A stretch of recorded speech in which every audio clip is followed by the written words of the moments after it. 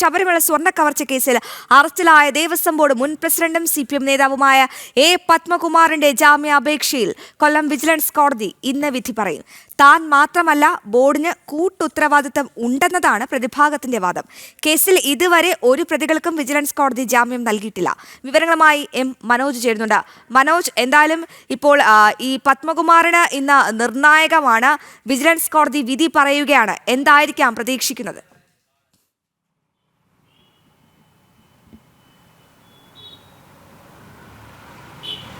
ഈ സ്വർണ്ണക്കവർച്ച കേസുമായി ബന്ധപ്പെട്ട് ഏറ്റവും ഒടുവിലാണ് എ പത്മകുമാർ അറസ്റ്റിലാകുന്നത്. ദേവസ്വം ബോർഡ് മുൻ പ്രസിഡന്റും അതോടൊപ്പം തന്നെ CPM പത്തനംതിട്ട ജില്ലാ കമ്മിറ്റി അംഗവുമായിരുന്നു. മുൻ MLA കൂടിയായിരുന്നു പത്മകുമാറിനെ അറസ്റ്റ് ചെയ്ത സാഹചര്യത്തിൽ CPM-ഉം വലിയ പ്രതിരോധത്തിലായിരുന്നു. അതിനുശേഷം എ പത്മകുമാർ വിജിലൻസ് കോടതിയിൽ ജാമ്യ ഹർജി സമർപ്പിച്ചിരുന്നു എന്നുള്ളതാണ്.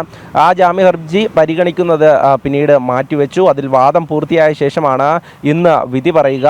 ഇതിൽ തന്നെ പ്രധാനമായും ഈ ജാമ്യാപേക്ഷയിൽ പത്മകുമാർ ആവശ്യപ്പെടുന്നത് തനിക്ക് പ്രായമായ ആളാണ്, അതുകൊണ്ട് തന്നെ അതിനുള്ള പരിഗണന ലഭിക്കണം. അതോടൊപ്പം തന്നെ ബോർഡിന്, അതായത് ദേവസ്വം ബോർഡിന് ഇതിലെല്ലാ സംഭവങ്ങളിലും കൂട്ടുത്തരവാദിത്തമാണുള്ളത്. തനിക്ക് മാത്രമായി ഒന്നും ചെയ്യാൻ കഴിയില്ല. ഈ മിനിറ്റ്സിൽ ചെമ്പെന്ന് രേഖപ്പെടുത്തിയതുൾപ്പെടെ എല്ലാവരും അറിഞ്ഞിട്ടാണ് എന്നുള്ള കാര്യവും പറയുന്നുണ്ട്.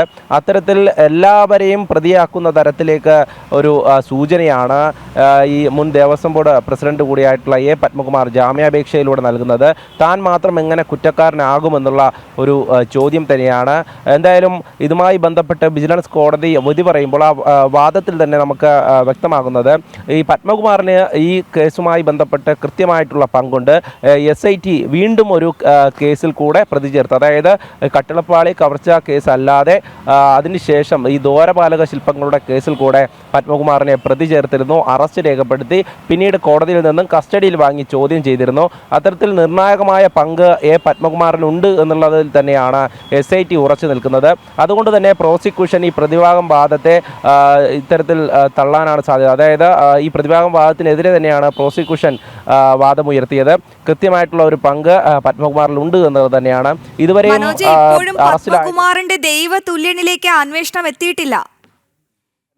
വിജിലൻസ് കോടതി തീർച്ചയായും അതിൽ പ്രധാനമായ കാരണം പത്മകുമാറിനെ പലപ്പോഴും ചോദ്യം ചെയ്യുമ്പോൾ ഈ പേര് വരുന്നുണ്ടെങ്കിലും അതിലേക്ക് അന്വേഷണം പോകുന്നില്ല എന്നുള്ളതാണ്. ആദ്യഘട്ടത്തിൽ തന്നെ പത്മകുമാർ പറഞ്ഞിരുന്നു താൻ ദൈവതുല്യനായി കാണുന്ന ഒരാളുണ്ടെന്ന്. അതാരാണെന്ന് ഈ കേരള സമൂഹത്തിന് അറിയാം. അത്തരത്തിൽ ഒരു അന്വേഷണം ഇതുവരെ എത്തിയിട്ടില്ല എന്നുള്ളതാണ്. പ്രധാനപ്പെട്ട മറ്റൊരു കാര്യം എന്ന് പറയുന്നത് തിരഞ്ഞെടുപ്പ് കാലഘട്ടം കൂടിയാണ്.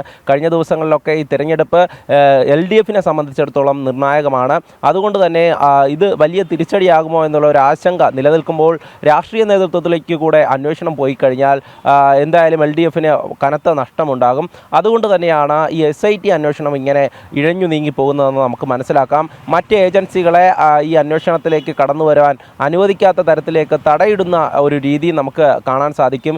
ED ഉൾപ്പെടെ ഈ അന്വേഷണവുമായി ബന്ധപ്പെട്ട് അപേക്ഷ സമർപ്പിച്ചിരുന്നു, രേഖകൾ കൈമാറുന്നതുമായി ബന്ധപ്പെട്ട്. എന്നാൽ അതിനെപ്പോലും എതിർത്തുകൊണ്ട് SIT-യുടെ അന്വേഷണം മതി എന്നുള്ള നിലയിലേക്കാണ് കാര്യങ്ങൾ പോകുന്നത്. എന്തായാലും ഇനി നമുക്ക് പ്രതീക്ഷിക്കാനുള്ളത് തന്നെയാണ്. ഈ പത്മകുമാറിന്റെ മൊഴിയിലുള്ള ദൈവതുല്യനിലേക്ക് അന്വേഷണം എത്തുന്നില്ല. ഒപ്പം ED-യുടെ അന്വേഷണം വേണ്ട എന്ന് പിണറായി വിജയൻ വാശി പിടിക്കുന്നു. ഇതിന് പിന്നിലുള്ളേക്ക് വസ്തുതകൾ ഉടൻ പുറത്തു വരുമെന്ന് പ്രതീക്ഷിക്കാം. എന്തായാലും SIT വല്ലാത്തൊരു ആശയക്കുഴപ്പത്തിലാണ്. ഇപ്പോഴും ആ ദൈവതുല്യനെ തൊടാൻ SIT-ക്ക് കഴിഞ്ഞില്ല. സർക്കാരിന്റെയും CPM-ന്റെയും കർശന നിർദ്ദേശം ഇക്കാര്യത്തിൽ ഉണ്ടെന്ന് തന്നെയാണ് മനസ്സിലാക്കേണ്ടത്. മനോജാണ് അത്തരമൊരു വിവരം പ്രേക്ഷകരിലേക്ക് എത്തിച്ചത്.